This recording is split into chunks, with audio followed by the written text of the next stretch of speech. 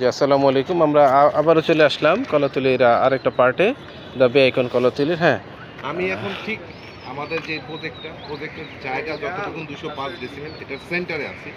আমি একটা জিনিস দেখাই যে এটা বেসিক্যালি একটা হ্যাচারি ছিল যেটা আমরা পুরোটা পারচেস করেছি এবং এটা এখন কনস্ট্রাকশনের কাজ শুরু হয়ে গেছে, পাইলিংয়ের কাজ শুরু হচ্ছে আর কি। তো এটা দেখেন চারদিক দিয়ে